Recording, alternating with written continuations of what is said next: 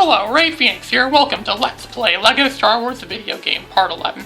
This time around, the Jedi Council has sent their greatest Jedi, Obi-Wan Kenobi, to counter the great separatist warlord, General Grievous. Because General Grievous has been, for the last 3 years, causing so much trouble to the Republic and to the galaxy. He's responsible for the murder of several Jedi Knights and Jedi Masters and Jedi Padawans. He's also killed several civilians, too, and plagued so many communities. And in Star Wars The Clone Wars 2003, the animated micro-series, General Grievous pretty much destroyed a bunch of Jedi Masters and defeated some of the greatest Jedi Masters. Easy. But this time around, Obi-Wan's gonna fight him, and look, he just began. Obi-Wan already took out a great deal of Grievous's health. Look at that. Already took out like a quarter, a little more than a quarter of his health. That's like a third, it's like almost like a third or so of his health already gone. Grievous really does go down like a wimp. That's the problem with Grievous in Revenge of the Sith. He's supposed to be like a cool bad guy, and yet he goes down easy. We don't really get the idea that he's a fearsome villain at all. Darth Maul's a lot more of a fearsome villain than General Grievous. So was, Darth Vader. And Darth Vader, had more of a disadvantage than Grievous in terms of their physical abilities, as you'll probably see with Darth Vader later on. So, again, just like always, you have to work with this clone trooper they sent us, and this clone trooper will, use his blaster and shoot at the bomb packs that Obi-Wan plants there. And so, Obi-Wan's gonna run and, fight Grievous, of course. That's why he uses the Force. It's really all just a combination of team effort and teamwork. With Obi-Wan working with the clone. And apparently Obi-Wan, was the greatest Jedi in the Order. So that's why they sent him. Apparently he's better than Mace Windu. He's better than Anakin.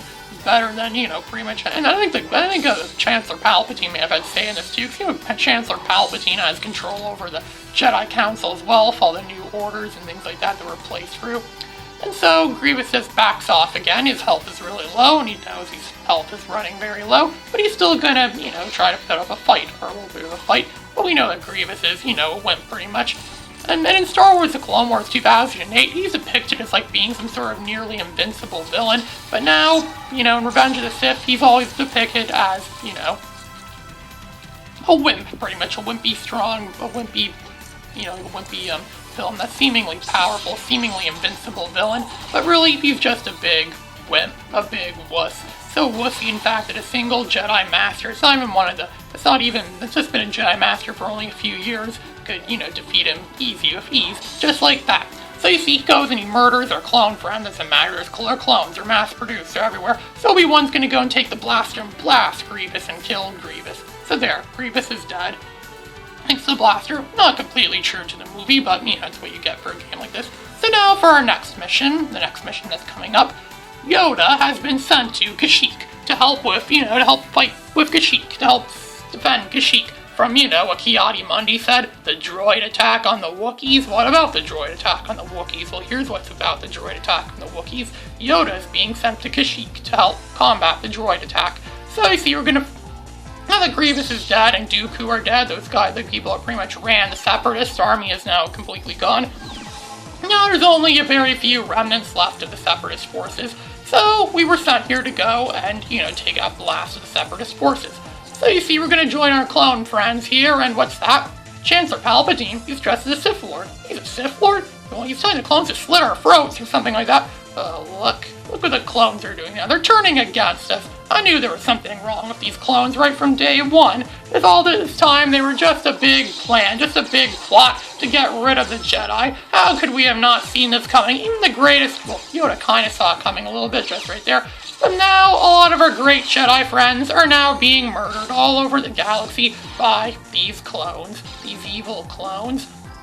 And that also means Mace Windu is dead, because Mace Windu was fighting the Emperor when and he lost to the Emperor and got killed by Emperor, and that's why the Emperor issued Order 66, all because, he knew the Jedi are after him. Now they're on to him now. So that means Mace Windu is dead. What a shame. He was like the greatest Jedi we had. If we had him at our side right now, and Qui-Gon Jinn on our side too, Qui-Gon Jinn never died, we got him on our side too, we could defeat this evil Emperor and his new empire he's forming right now, easy.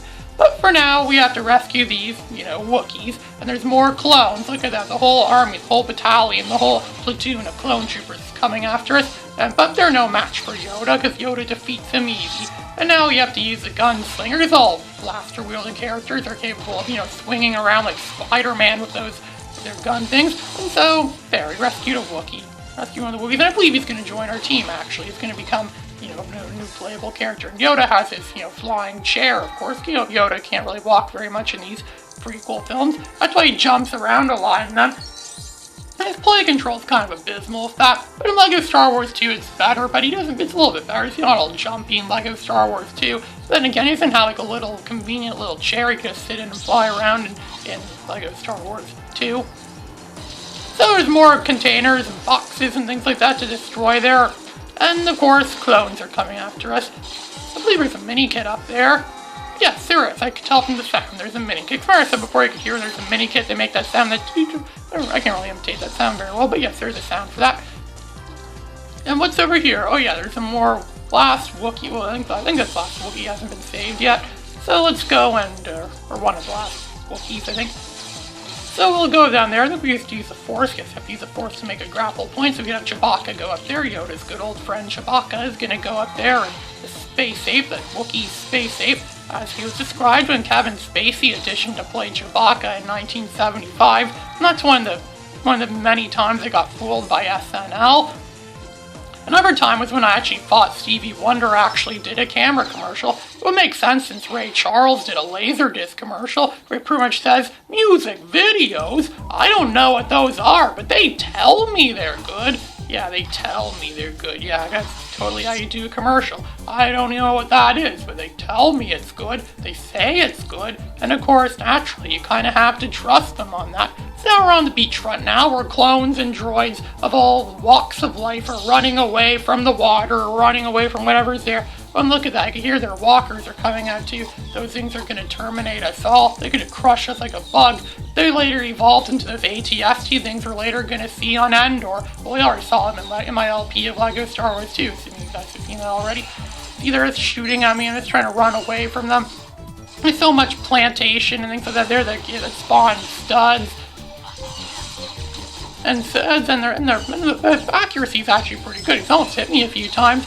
And now look at this. Clones and battle droids used to be cross-town enemies, but now they're just getting along in peace like they're friends, all because of Order 66. They're like, yeah, sure thing, we can get along in peace. Yeah, we can definitely get along in peace. Forget the fact we're enemies. We were enemies? What's that? It's kind of it's like, now the Jedi's their only enemy, just like that. Just the term Order 66 and everything's drastically different.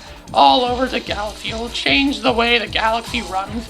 In a few years from now, the Empire is going to ditch the clone troopers and replace them with stormtroopers, who are just supposed to be people that join the army, but I highly doubt they actually joined the army. I bet they were drafted into the army. That's probably how the Empire gets their soldiers, by drafting them. So you see, I'm still, getting all the studs here. We're about halfway there to our super kit piece. And so I use the Force to make the bridge to go up there so Chewbacca could, shoot at the targets. But I believe there's a gunslinging point here. I think that's... there it is, yes. Of course, again, more teamwork between Jedi and, a blaster-wielding character. And you can't be both in this game. You can't be a blaster-wielding character and a Jedi, because that's how the game's coding works. The game's programmed that way. And also in the LEGO Star Wars 2, a Jedi can't also be a bounty hunter either. From watching some video some guy made, or can you beat LEGO Star Wars 2 if every character, every villain, every bad guy in the game has a lightsaber? There's something you can get a mini-kit there, but you can't really get this mini-kit in story mode because it requires a high-jumping character like Jar Jar. Jar Jar, the high-jumping character, the most annoying character in the prequels, and yet the best high-jumping character in this entire game. So, but Yoda could still jump somewhat. Oh yeah, there, we got it. So you see those droids, those yellow droids are issuing a bunch of evil droids to come after us. And this is the last we'll see of the Separatists. We're pretty much taking over the last of the Separatists, destroying the last of the Separatist forces. Because the Separatists don't really have a neck and a spine anymore. Now that Dooku and Grievous are gone, they're just pretty much just doing what their orders, following what their orders are supposed to be like. They're not going to surrender without a fight. But again, but now all their people are pretty much dead, pretty much. They're not really fighting for anything now. They're just droids fighting for a cause that was once there, but now is kind of outdated now that all their people, their rulers, the people that ruled with them are now, pretty much dead.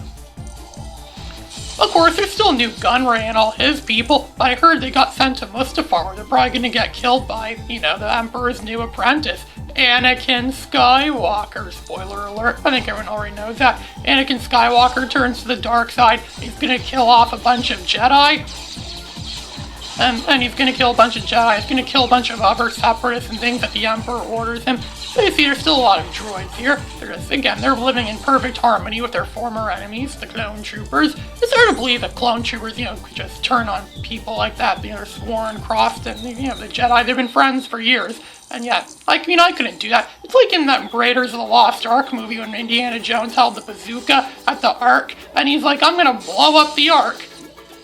But he couldn't because it's such a priceless artifact. You can't just simply blow it up like that. It's our own sense of, control, our sense of self-control, our inner intentions. We say we could do things all the time, but could we actually do them? A lot of people think that all the time. I used to think I was really good at doing YouTube videos, but then a long time ago I thought, nah, I couldn't do this. But of course I eventually got over that and changed for the better. Now I make so many YouTube videos now.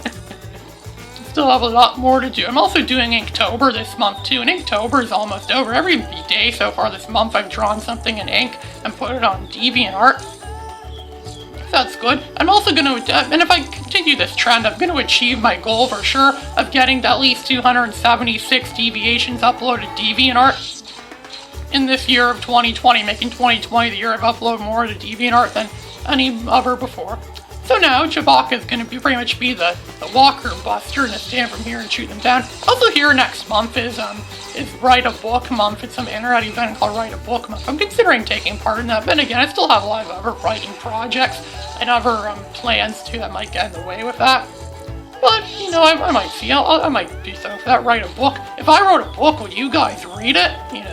I bet a lot of you guys like to read a book written by Ray Phoenix, credits Ray Phoenix. Speaking of which, I'm actually planning a book right now too, not related to this write a book month thing, but actually I'm playing a book. It's called The Man-Child, and it's like a story of, Chris Chan, but it's fantasized and it involves conspiracies and things like that. I think it might be a hit. It might become a bestseller. It might become a new, historic figure in the world of modern literature.